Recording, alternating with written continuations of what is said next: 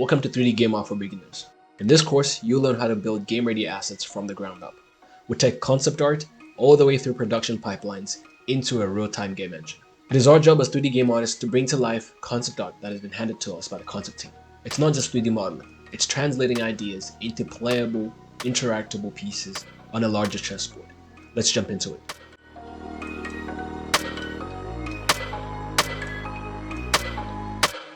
In video game development, everything starts with a concept, but not everything in a concept is built by one artist.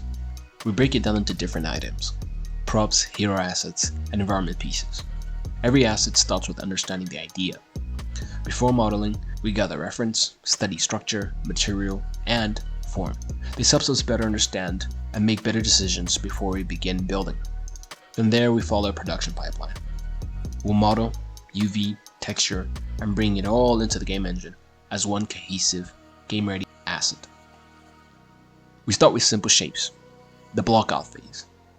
By blocking out the main forms, we help establish proportion and silhouette, defining the identity before we do anything concerning minute detail. At this stage, detail is not the priority. Clarity and structure come first.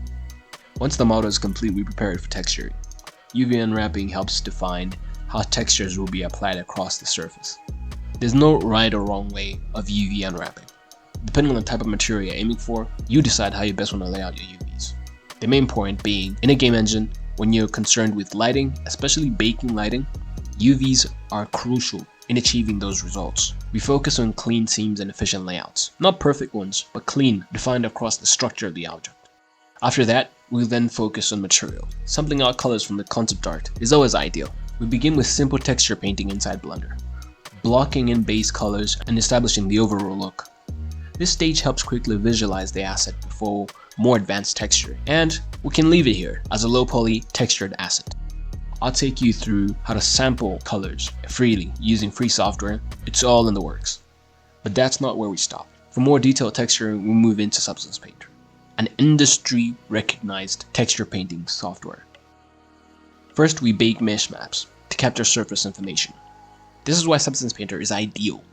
It makes the project pipeline so simple at the toggle of a button.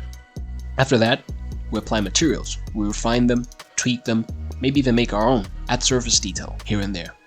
This brings us closer to a production-ready result. Then, we'll bring it back into Blender, setting up the materials for higher texture detail and rendering. From here, we can render in any engine that we want, whether for Instagram or for ArtStation, for recruiters and other artists to see. We'll then finally move on to in-engine tests, viewing it from a player's perspective, checking scale, detail, and overrepresentation in real-time context. I'll show you how to set up a simple scene using free packs on the Unity Asset Store to help you as 3D artists visualize your creations in real time as players would as they're playing the game. We won't be coding, we won't be setting up lighting. What we will do is set up basic environments with free character controllers to help us explore and use our items. This isn't a deep dive.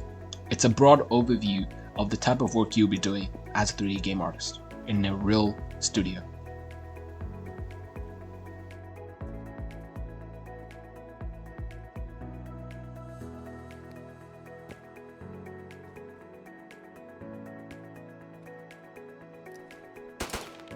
I'm your instructor, Michael Mantope. With all that being said, I hope you're very eager to jump into the course and learn how to make game-ready assets with